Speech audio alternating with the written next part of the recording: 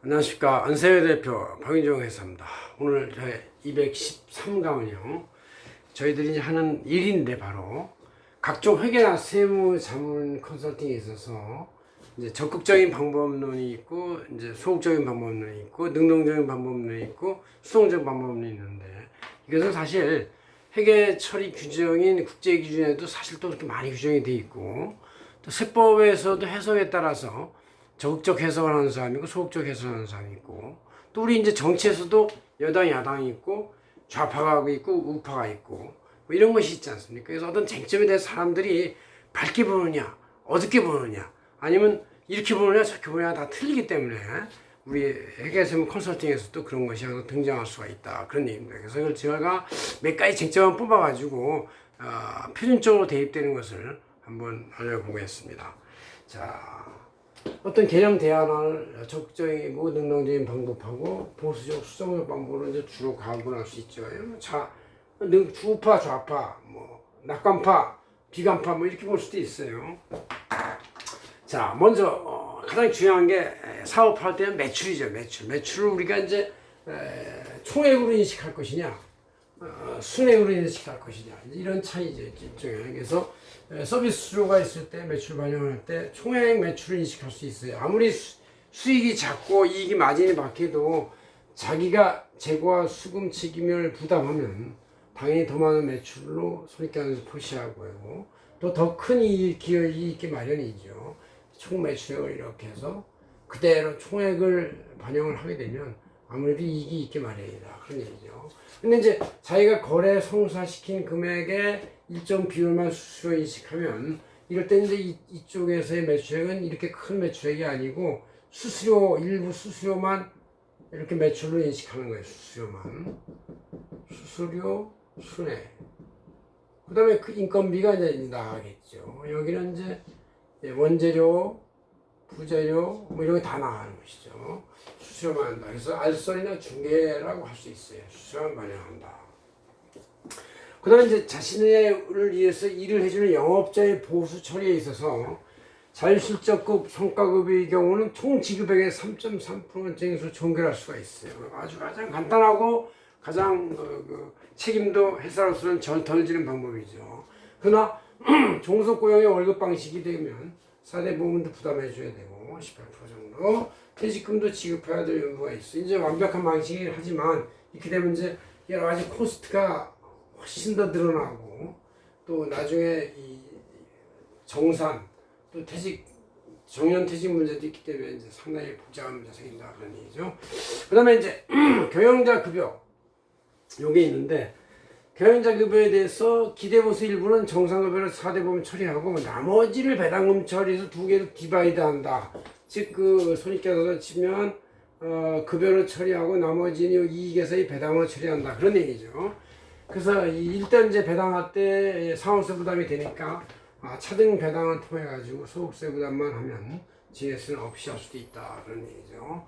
그럼 이제 수동적 방법은 그냥 자신의 경영자급여를 전액 회사급여로 반영해서 비용소금 살입시키고 급여에 대해서 50%의 세금 및 공과금을 부담하고 나머지 금액을 사용한다. 그리고 나서 증여할 때 또 증여세를 부담한다. 그럼 소득세하고 증여세 두 개 다 부담하는 꼴이 되고, 여기서는 차등 배당을 하면 소득세 하나만 부담하는 꼴이 되니까 이쪽이 훨씬 더 적극적인 방법이라고 할 수 있는 것이죠. 그 다음에 이제 같은 경영자들하고 이제 동업자인 협업자 보수에 대해서 각 참여자의 실제 기속에 따라서 배분하는 방법이 있어요. 그러면 이제 실제 기속대로 각 소득이 다 나눠지니까 각 소득마다 따로따로 다단계 누진세율에 이 낮은 단계를 다 거치는 것이죠. 그러니까 아무래도 세금이 적게 나오게 되어 있습니다. 그러나 귀찮으니까 경영자나 총괄 관리자의 단일 보수를 치면 종합소득세 높은 세율을 단일만 하나만 적용하기 때문에 이 소득에 대해서 높은 소득의 구간에 맞는 것이 커지니까 아무래도 세금이 많아지는 방법이다, 그런 얘기죠. 그러니까 보수적 방법이긴 해요, 애매할 때. 그다음에 이제 연구개발비가 지출됐을 때 이제 어떤 회사는 미래 가치가 있다고 봐가지고 무용자산을 처리하는, 그래서 나중에 감가상각을 반영해서 수익공제도 적용받는 경우가 있지만 어떤 회사는 그냥 경사연구 매발비로 봐서 단기 비용하고 원가를 처리해서 이제 수익을 작게 인식하고 이걸 수익을 더 많이 인식할 수 있는 방법이 있어요. 무형자산 처리했으니까 회사의 재무상태표에 이렇게 무형자산이 반영되면 그냥 그만큼에 대한 수익이 있는 거예요. 이거를 비용 반영하면 수익이 줄어드는 것이죠. 수익이 줄게 돼 있다는 얘기죠. 저격 증빙 문제에 대해서 모든 거래에 대해서 생계에서 계산서 신용카드 등 이런 거 현금영 수령 등을 모두 적극 구비하는 게 원칙이죠.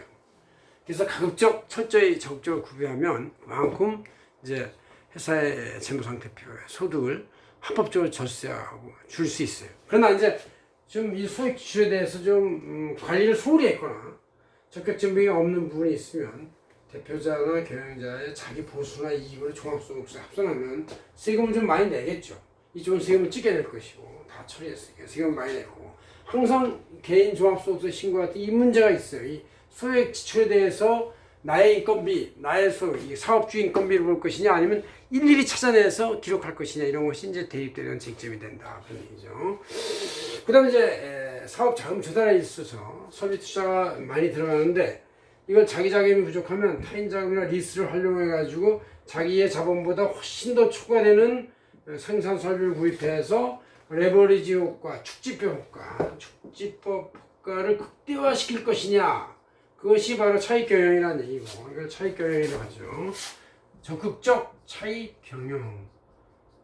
그 이제 우리나라 한국 경제가 한참 30년, 20년 전에 성장을 할 때는 무리한 차익 경영을 통해서 성장을 많이 했었습니다. 그러나 지금은 이제 경제가 완만한 성장세 내지는 퇴락도 하는 데도 있기 때문에 차익 경영으로 해서 잘못하면 이제 빚지고 도망등게 될 문제가 생길 수가 있어요. 그래서 자기 자본 조달 반응 범위 내에서만 소비자 생산하고 모자라는 부분이 있으면 외주화를 시킨다. 아웃소싱, 외주 가공비를 통해서 이렇게 해결하는 방법도 하나 있다. 이렇게 되면 이제 아무래도 소비자 자금에서 차입금이 없기 때문에 차입금 무차입 경영이 되니까 위험하지가 않죠. 위험 저금 이렇게 돼서 자기 자본만 날리면 되니까 이런 위험이 많다.